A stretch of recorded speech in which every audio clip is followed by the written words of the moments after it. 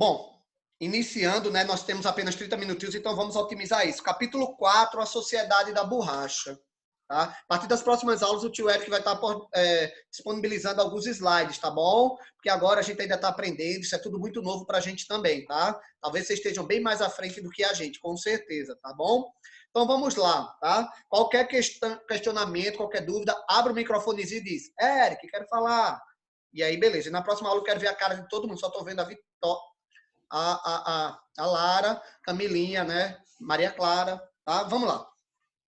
Duas palavrinhas-chave no início do capítulo. Automóveis e bicicletas. Por que será? Alguém tem uma perspectiva do por que começar o capítulo falando de bicicletas e automóveis? Se o capítulo fala em Sociedade da Borracha?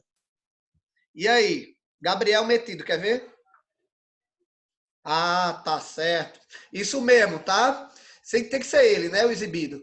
Ou seja, borracha, pneus, certo? Então vamos entender que a gente está passando no início do século XX por grandes mudanças, por grandes transformações. Lembrando que a Europa está passando por um período, já desde o final do século XIX, início do século XX agora, está passando por uma coisa chamada Bela Época. Lembra que nós estudamos, certo? Então, o advento, certo, do modernismo, né? A gente passa a ter o crescimento desse setor, principalmente no início do século XX, com Henry Ford, com o Fordismo lá nos Estados Unidos. Então, a gente passa a ter o desenvolvimento das atividades automotoras, certo? Então, a gente passa a ter carros, e carros necessitam de pneus, certo?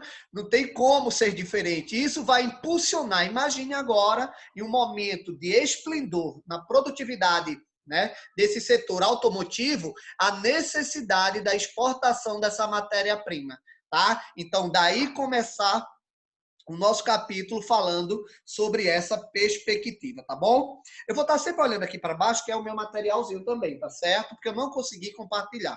Falei com o Wilson e, assim, lá no SAIS eu entro, mas eu não consigo botar a disciplina, eu não sei o que está havendo. Talvez seja congestionamento devido muita gente está utilizando essas coisas no país todo, né? Ó, então vamos lá, ó.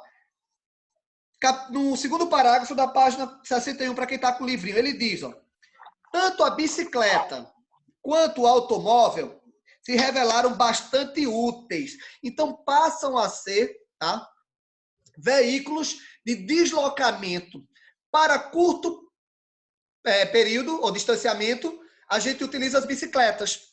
Para distanciamentos mais compridos, a gente passa a ter a utilização desses serviços automotivos. Então, a gente passa a ter uma grande demanda em busca da borracha. Ele diz, ó, a bicicleta contava ainda com a vantagem de ter um preço mais acessível. Gente, venhamos e convenhamos, até os dias de hoje, ter acesso ao automóvel não é fácil, economicamente falando, não é barato. Então, imagine isso no início do século XX, certo? Então, era muito dispendioso, tá? Ter acesso a esse tipo de produto. Então, a bicicleta ela passa a ser aquela coisa que vai bombar para o deslocamento das famílias, para o deslocamento dessas pessoas. Principalmente, lembrando, gente, isso está associado a uma coisa intimamente ligada ao desenvolvimento industrial no início do século XX. Então, assim, lembrando, o desenvolvimento industrial leva ao surgimento de um novo segmento social, que é o trabalhador da cidade, que é o operário, né? Então, esses operários passam a ter, enquanto fonte de deslocamento, enquanto fonte de veículo, a utilização das bicicletas, tá? O carro ainda não é tão forte, claro, lembrando, o Brasil está um passo atrás. Na verdade, ele está 100 anos atrás do desenvolvimento que a Europa e Estados Unidos já se encontram. Então, as bicicletas passam a ser aquele veículo, tá, de transporte utilizado por essa nova camada que emerge na sociedade brasileira no início, tá, do século XX, que são os trabalhadores, tá bom? Voltando para o livrinho. Ele diz, ó, sua popularização foi muito grande. Em 1894, por exemplo, havia 250 mil bicicletas circulando pela França. Professor Érico, mas a gente está falando de Brasil e França. Lembrando, a gente está fazendo o intercâmbio. Não tem como dissociar a história do Brasil da história global, certo? Da história mundial. E o que foi que eu iniciei falando na aula? Que na Europa nós estamos falando em um período de grande desenvolvimento, certo? Do modernismo, da modernidade, dos grandes centros urbanos, tá? Então, ou seja, na França nós já temos no final do século XIX cerca de 250 mil bicicletas, tá? Olha só, isso quer dizer, ele diz aqui que 20 anos depois ele já tinha 4,5 milhões de bicicletas, apenas 20 anos depois. Olha o grande crescimento disso aí.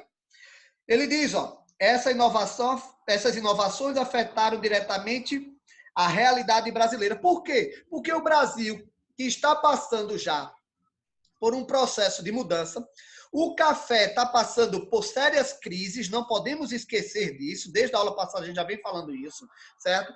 Então, a economia ela começa a vislumbrar outros setores, certo? E daí o que é que eles começam a despontar? A ideia de explorar o setor da borracha no norte do país, certo? Então, se o café... Lembra anteriormente quando a gente estava discutindo a crise do açúcar? Então, quando a gente tem... É difícil lidar com monoculturas, é difícil lidar, tá, com economias baseadas em exclusivismos, certo? O Brasil, por exemplo, tinha uma extrema dependência do setor cafeeiro. E o que é que a gente passa a ver com isso? Que quando esse setor começa a ser abalado, a gente passa a ter sérios problemas no que se refere ao aspecto econômico. Então, o que foi que se buscou nesse momento? Nesse momento se busca alternativas. E nada melhor com o desenvolvimento dessas atividades, né, de deslocamento de pedestres, né, de civis, com o desenvolvimento tanto do carro quanto da bicicleta, correr atrás desse setor. Então, a gente começa a ter uma atividade de exploração lá no norte do país, tá certo? Vamos ver o que é que se diz aqui. Ele diz o seguinte, ainda na página 61, na floresta amazônica. Era longo o caminho percorrido pela borracha desde o interior da floresta amazônica até as companhias importadoras, as quais se localizavam principalmente em Liverpool, na Inglaterra, e em Nova York, nos Estados Unidos. É importante lembrar que um dos fatores, né, que vai levar a exploração dessa borracha, uma das principais a exploração desse produto, né, que será a borracha, que esses seringueiros irão explorar, tá? Uma das principais características é a baixa tecnologia. Tá? Isso tem que ser levado em consideração, porque isso, inclusive, futuramente vai gerar a grande competitividade de outros setores, principalmente na Inglaterra. Tá certo? Quando eles começam a desenvolver atividades de maior cunho tecnológico. Isso quer dizer o que na prática? Isso quer dizer que se eu estou desenvolvendo uma matéria-prima com baixa tecnologia, eu não vou ter como competir com aquele que está introduzindo tecnologia de ponta no processo extrativo. Certo? Ou seja, então, o Brasil ele vai ficar muito à mercê, tá, daqueles seringueiros. Isso quer dizer o quê? Vai ficar à mercê de homens que vão trabalhar de forma, infelizmente, com uma baixa tecnologia para a extração do látex, né? Para a extração dessa matéria-prima, tá? É importante, por exemplo, ressaltar que na Inglaterra a gente vai ter futuramente o quê? Eles vão ter locais exclusivos, certo? Para a plantação dessas seringueiras. Imagina, um espaço determinado ou desenvolvido apenas para o cultivo de seringueiras, que era diferente, por exemplo, no Brasil. Como funcionava no Brasil? No Brasil funcionava da seguinte maneira: eu vou para dentro da floresta, eu vou explorar a mata. Então, eu tenho uma seringueira aqui no Rio Largo, eu tenho outra seringueira ali no Vegel do Lago, eu tenho outra seringueira aqui no Pinheiro afundando, né? Ou seja, então era dentro da mata. O processo de exploração era muito rudimentar. Então, era muito mais difícil para esses homens. E fora a técnica que era utilizada, certo? Esses caras iam fatiando o tronco da árvore, tá? E iam colocando para esperar a extração. Não tinha um procedimento tecnológico avançado. Não tinha motorização de um processo para facilitar. Eu acho que Tá? você tem aula. Tem alguém com o agora. microfone ligado. Para facilitar... Porque ainda não é 9h40, o intervalo seu... desliga o microfone. Tá? Ó, então, ou seja, não tinha um processo de desenvolvimento com a tecnologia avançada para a extração desse material, né? Desse látex. Então, com o passar do tempo, os grandes centros industriais da Europa, principalmente, insisto, a Inglaterra, começa a desenvolver uma técnica e aí a questão da extração, né, dessas seringueiras, da extração do látex dessas seringueiras, passa a sofrer uma grande competitividade, né, uma grande concorrência com outros setores, tá bom? Voltando para o livrinho. Vá para lá, rapaz. Voltando para o livrinho. Uma das figuras, marca aí, tá? Uma das figuras centrais, segundo parágrafo, onde tem na floresta amazônica. Uma das figuras centrais de todo esse processo era o seringalista. Ele era o dono... Cuidado para não confundir seringalista com seringueiro, que nós vamos já falar. Tá? O seringueiro é o trabalhador, o seringalista não. Vejam aí, continue marcando. Era o dono do seringal. Então, o seringalista, o dono. Segundo parágrafo onde tem, na floresta amazônica. Estão vendo o tópico? Acharam? Deu legal aí. Por isso que é bom ver o rostinho de vocês. Tá? Então, continua. Então, o seringalista era quem? O dono do seringal, o dono do terreno. Ou, pelo menos, aquele que se achava dono da natureza, dono do terreno ali, tá? A gente sabe que isso é desenvolvido em uma grande margem territorial, certo? Não tem como eu ter 2 árvores, 3 árvores para desenvolver uma atividade dessa. Então, teria que ser um vasto território, um grande latifúndio, tá certo? E, a partir daí, eles começam o processo de extração, tá? Do látex, tá bom? O seringalista mandava abrir em suas propriedades diversas estradas ao longo das quais se encontravam em cada uma cerca de 100 a 200, olha só, seringueiras, cerca de 100 a 200 árvores, tá? Como a gente falou, não tinha como ser 2, 3 árvores para se desenvolver um processo desse, até porque é lenta a extração. Vocês sabem como funciona, eles cortam, colocam uma espécie de cuiazinha e a partir daí aquilo vai goticulando, né?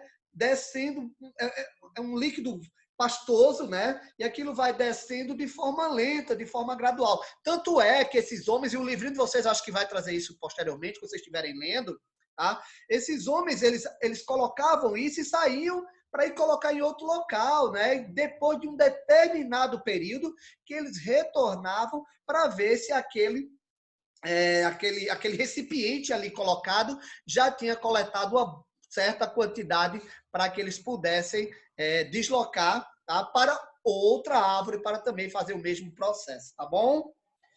Ok? Ó, próxima página. Abertas as estradas, que era o primeiro passo, abrir. Gente, como eu falei, é diferente, tá? Na Inglaterra, na Europa, o que é que eles faziam? Como eu falei, nós temos um espaço destinado apenas para isso. Então, a árvore estava do lado da outra. Aqui não, no Brasil, como nós falamos, não esqueçam disso. O processo era extremamente rudimentar. Tá? E por ser extremamente rudimentar, a coisa se dava no seio da floresta. Certo? Não era em um espaço determinado para apenas isso. Era dentro de uma floresta, certo? Na qual esse seringalista se achava proprietário. Tá? E daí os problemas recorrentes até os dias atuais, essa grande disputa entre madeireiros e seringueiros, né? Que querem ter o direito de exploração dessa árvore, enquanto outros querem derrubar. Isso é recorrência, certo? Do início do século XX, tá bom? Desses problemas que a gente vê até nos dias de hoje. Tá certo? Ou seja, então não tinha como. Esses homens tinham uma certa dificuldade. Primeiro passo, criar estradas para facilitar o percurso. Uma vez que, como nós já falamos, por ser rudimentar, eu precisava criar mecanismos que facilitassem o processo extrativo, tá bom? Então ele diz, ó, continuando. Os seringalista as arrendavam a um trabalhador que nós vamos chamar de seringueiros. Então marquem no livrinho. Início da página 62. Estão vendo aí? Ok? Ele diz, ó, com o passar do tempo, esse homem se torna mais experiente e é quando ele recebe o nome de seringueiro. Mas não entra nesse detalhe não, é lembrar, seringalista, o dono da possessão territorial. ou aquele que se acha dono, né? Proprietário da natureza. O seringueiro, não. O seringueiro é aquele que vai arrendar um determinado território para fazer o processo de extração do látex. Tá certo até aí? Tudo tranquilo? Alguma dúvida? Gente, ó, eu não vou conseguir estar acompanhando essas mensagens de vocês, não, porque perguntem, podem pedir, ó, abre o microfone e diz, Eric, tal, que eu pare e vocês perguntam, é mais fácil pra gente, tá bom? Porque eu vou me desconcentrando, porque, ó, tem gente pedindo para entrar, certo? Tem gente aqui escrevendo, e é muita gente ao mesmo tempo para eu só dar conta. Então, é melhor que vocês falarem, quando tiver alguma dúvida, tá certo? Ok?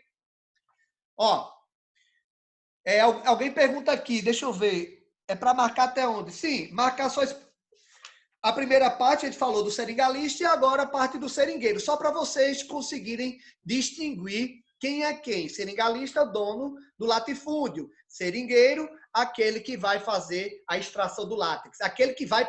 Gente, arrendar quer dizer, eu pago para você que é proprietário, ou em espécie, certo? Ou em produtividade. Geralmente é em produção. Isso quer dizer, eu vou negociar com os proprietários quanto da minha extração eu vou destinar para eles, tá certo? Geralmente era assim, mas poderia ser em espécie. Um exemplo disso acontece muito hoje, tá? Com a produção canavieira, tá bom? Ou seja, as pessoas possuem uma vastidão, uma imensidão de terras, que a gente chama de latifúndio, e essas pessoas arrendam para os produtores de cana para que eles possam. E aí, ou se paga em espécie, ou se paga em porcentagem da produção canavieira, tá certo? Enquanto exemplo, tá bom? Continuando. Os seringueiros eram pessoas pobres, olha aí, então marca.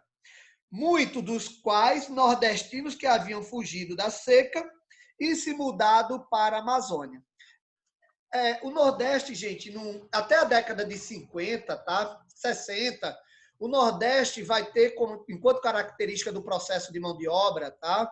E por isso que eu sempre digo que nós devamos bater no peito e nos orgulharmos enquanto nordestinos, tá? Porque o Nordeste constrói esse país, tá? É o nordestino, tanto no Norte como no Centro-Oeste e Sudeste desse país. Eu abro uma ressalva apenas para o Sul, que daí a gente tem realmente uma grande demanda de mão de obra imigrante, certo? Europeia principalmente. Mas Norte, com o grande desenvolvimento de Manaus, como vocês vão ver, certo? De Belém, tá? Tudo isso foi regado ao suor do nordestino.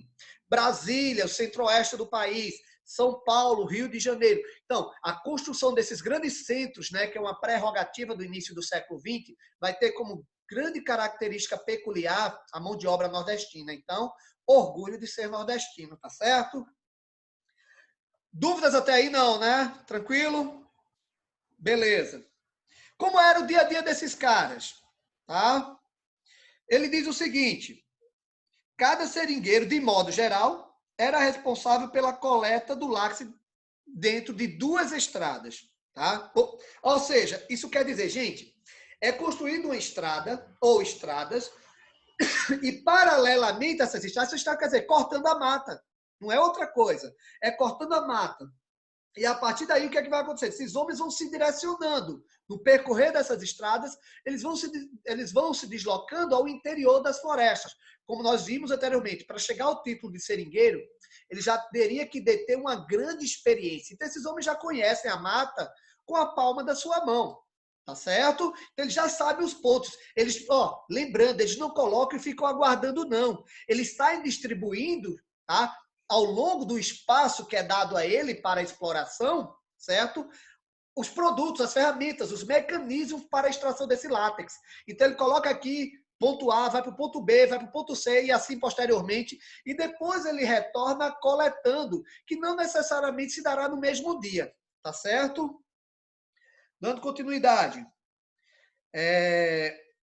Seu dia começava, olha só, logo cedo, como qualquer trabalhador, né? Ele seguia pela estrada levando consigo as ferramentas de trabalho, como a gente já falou. Entre elas, um facão utilizado para fazer os talhos nas árvores, como nós já falamos, os cortes. Esses cortes, meninos e meninas, vai brotar dele como se a árvore chorasse mesmo, tá? Ela vai, né, gerar, é como uma espécie de leite, uma coisa pastosa, meio branco, tá? E depois aquilo fica duro. Vocês já se perguntaram, por exemplo, como a borracha de um pneu é resistente?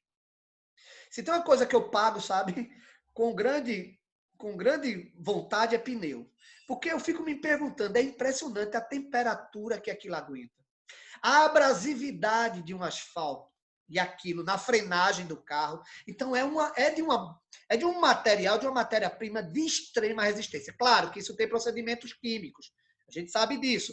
Mas, se vocês pudessem um dia ter acesso, tá, a contato com um látex endurecido, vocês iam ter a real noção de como esse material é resistente. Dando continuidade, tá? Então ele sai com o facão para fazer os talhos, o látex escorre, tá? Do interior, é colocado uma tigela, como a gente já falou, né? Para o cultivo. Olha o que diz, até por volta do meio-dia o seringueiro já havia finalizado a volta completa, como nós falamos anteriormente, ele sai, né, colocando, disponibilizando essas tigelas, certo?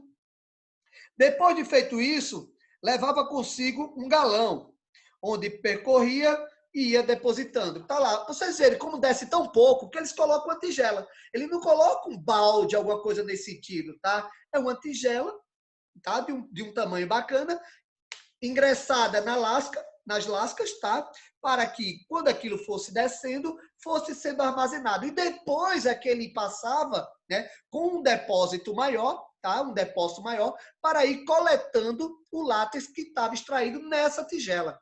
Então, o processo era lento, porque a gente não está falando, tá, de um resíduo, insisto, de um resíduo muito fluido, de um resíduo bem líquido. Estamos falando de algo pastoso, de algo grosso. Então, o trabalho demandava o dia todo, tá certo?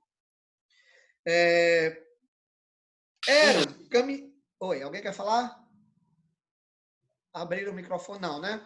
Ó, ele diz, depois ele retomava o ponto de partida, almoçava, percorria novamente a estrada. Desta vez levava, como já falamos, um galão. O látex era recolhido e colocado dentro de um latão. Eram caminhadas longas, pois, em geral, as árvores ficavam... Olha só o que eu falei, tá? As árvores ficavam distantes umas das outras. Isso, talvez, ao nosso olhar, possa não fazer a diferença. Mas imagine o trabalho que é reduzido quando você tem um local destinado exclusivamente para o plantio e a extração desse recurso, como era na Europa, com a utilização de mecanismos de tecnologia bem mais avançados para o processo extrativista, certo? Como o Brasil futuramente iria concorrer com isso? Não haveria a condição. Primeiro porque o interesse maior é do seringueiro. O outro cara está ganhando sentado. Eu te dou o espaço, tu vai lá trabalhar, tu vai lá explorar, eu só quero que tu me dê um certo percentual na venda desse material, principalmente para fora. Imagine, por se tratar de um material rudimentar, dentro de um processo rudimentar, né, de baixa tecnologia para a Europa, o valor desse produto, né, não era tão caro.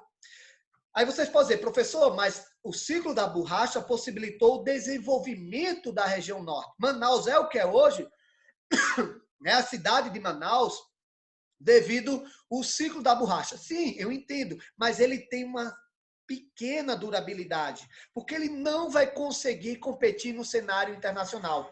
De início é muito interessante. Ele possibilita o desenvolvimento e a modernização da cidade de Manaus, que será expressado em diversas arquiteturas, por exemplo. O teatro de Manaus é um exemplo do ciclo da borracha, os que eram chamados barões da borracha, certo? O desenvolvimento da construção de prédios públicos, né? A construção de estradas, né? De portos, tudo isso vai ser possibilitado pelo desenvolvimento do ciclo da borracha. O que eu quero dizer para vocês, estou até ficando rouco com esse costume de dar aula, o que eu quero dizer para vocês é o seguinte, é que, no princípio, tudo foi bacana porque não havia uma certa competitividade. A partir do momento que há competitividade, a gente passa a ter problemas sérios para a manutenção desse ciclo. Daí ele ter sido um ciclo não muito grande, né? Não ter tido grande durabilidade. Professor Eric, então se eu perguntar, ou cair lá no vestibular futuramente, né? Ou tiver algum trabalho em torno disso, ou estiver lendo alguma coisa e disser que nós ainda temos ciclos extrativistas de borracha, está errado? Não, não está errado. Ainda é uma atividade, como eu falei anteriormente. Inclusive, há uma grande rivalidade entre madeireiros e seringueiros, seringalistas e seringueiros. Tá? A questão é que esse ciclo, essa atividade, não é mais como ela era no início do século XX, tá bom? Há uma grande competitividade, inclusive com materiais sintéticos, certo? Ou seja, tá? Então, enquanto que o nosso ainda era um material extraído da natureza, hoje nós já temos, né, látex ou materiais desenvolvidos com outros princípios ativos, com outros princípios químicos, tá bom? Ó, ao entardecer, terminava seu percurso e começava uma nova tarefa, o de coagular o látex, né, tornar ele mais rígido. Isso era feito no Tapari, uma cabana rústica, tá? Não vou estar cobrando isso, tá? Só para vocês terem acesso, ok?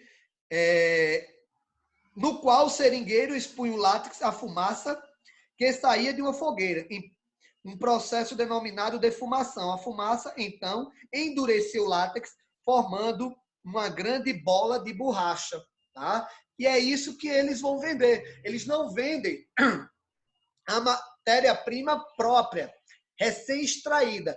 Eles transformam isso primeiro em borracha, para posteriormente revender, principalmente para as indústrias automobilísticas da Europa, tá bom? E Estados Unidos também, certo? O seringueiro passava vários meses no interior da floresta para realizar essas tarefas. De tempos em tempos, levava as bolas de borracha até o barracão do seringalista, para que este as vendesse às casas que iam, obviamente, trabalhar com esses segmentos. Aquelas casas. Olha só, quanto processo, tá, para se chegar na demanda final. Eu tenho desde o trabalho de extração, lembrando, detalhe, tá? O ciclo da borracha não é um ciclo de cultivo, como cana, como açúcar. Ele é um ciclo associado ao pau-brasil, ciclo extrativista. Não se cultiva, tá? A árvore, a seringueira, tá? Se extrai. Então, não se planta árvores para o cultivo. A mesma coisa da madeira, lá atrás, do primeiro ciclo econômico brasileiro. A gente não cultiva, a gente não vai lá cultivar o pau-brasil. A gente vai apenas retirar a madeira para levar para a Europa e tingir lá a utilização da sua cor, né, da tinta para tingir os tecidos, certo? A mesma coisa será com o ciclo da borracha, diferentemente do ciclo do açúcar e do ciclo do café, que a gente cultiva, planta, né, ótimo, planta, né, e a partir daí a gente vai cultivando para vender a mercadoria. Nesse caso, não, a gente apenas extrai. Então, cuidado, já vi vestibular colocar a pegadinha, tá? Então, o ciclo é extrativista. Anota sempre, coloca essas observações, ok? Olha o que ele diz. Depois tudo era enviado para, obviamente, para as capitais, Belém e Manaus, para que lá isso fosse levado principalmente para a Europa, levado em navios para a Europa. Gente, dúvidas até aí? Dúvidas? Não, né? Ninguém se manifestou? Tá tranquilo, né? Ó, exportações disparam. Eu tenho quanto tempo ainda? Deixa eu olhar aqui. Essa aula até que horas? É até 9. Até 9h30, é? É até É isso, Lara? 9h20, eu acho. 9 quanto? 9h30. Ah, tá. Então a gente ainda tem 6 minutinhos. Vamos lá. Ó, Então, vou fazer o seguinte, para a gente não entrar e ficar na coisa no meio, vamos tentar fazer essas duas questões que estão no livro aí da página 63. Meninos, se tiverem dúvida, por favor, chama, tá? E pergunta. Mas eu acho que até agora tudo tranquilo. Acho que os pontos cruciais para a gente fechar a nossa fala, né, e fazer a atividade é localização, Manaus. Cronologia, início do século XX, certo? Manaus e Belém, norte do país, claro, certo?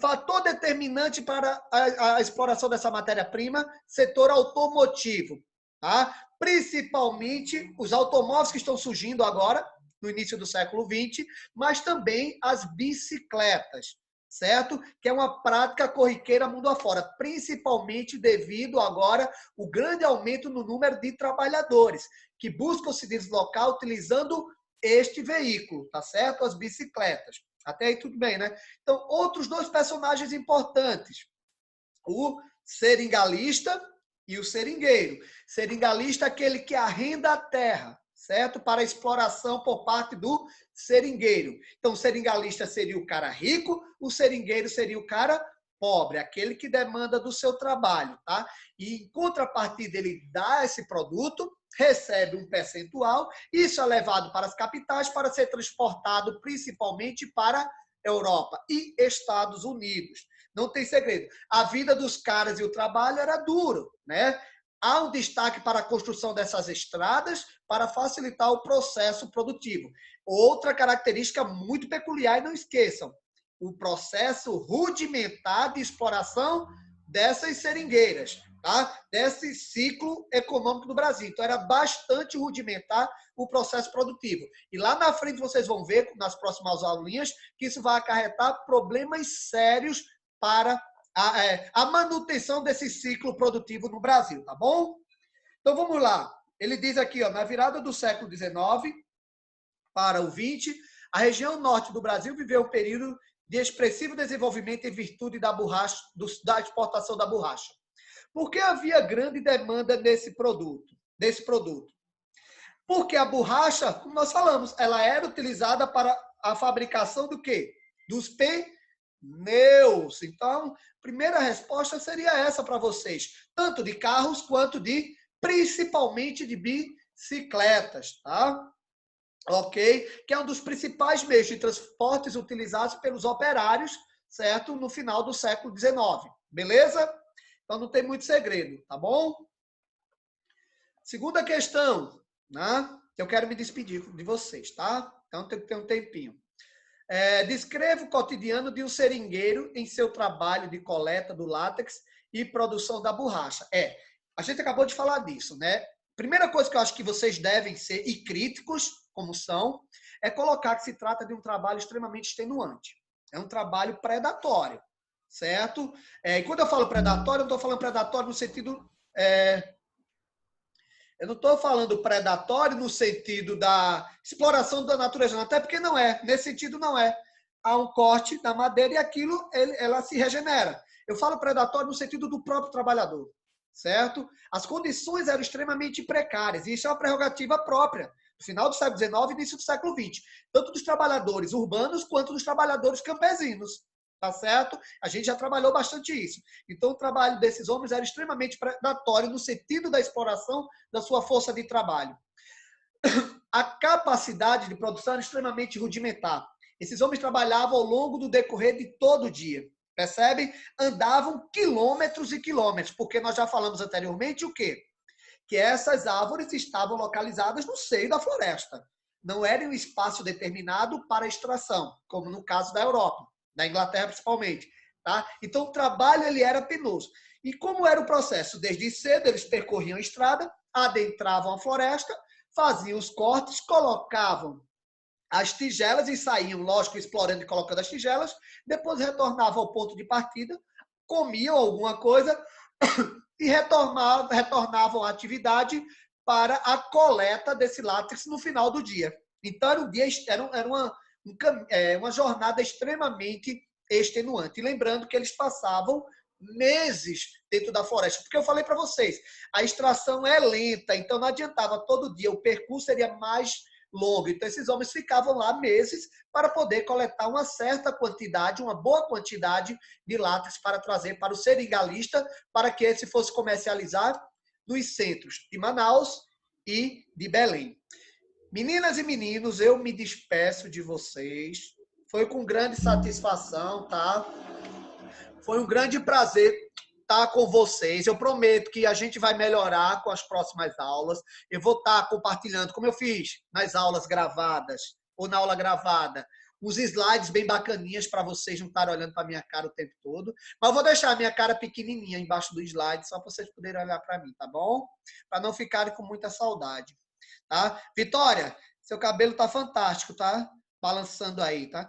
Ó, gente, um beijo, fica com Deus, atividade, qualquer coisa, estaremos nos fóruns. Lembrando, grupo de WhatsApp é apenas para deixar o quê? Para deixar informações, informativos, dúvidas nos fóruns. O professor Érico pode demorar 1 dia, 2 dias, 3 dias, mas vai responder. Lembrando, a demanda é muito grande.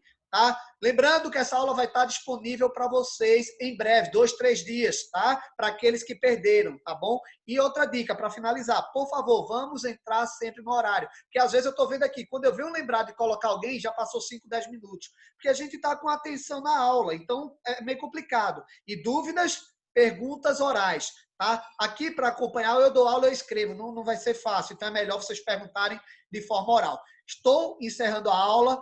Fiquem com Deus e até a próxima, tá? Fui. Beijo no coração de todos. Beijo. Tchau, tchau.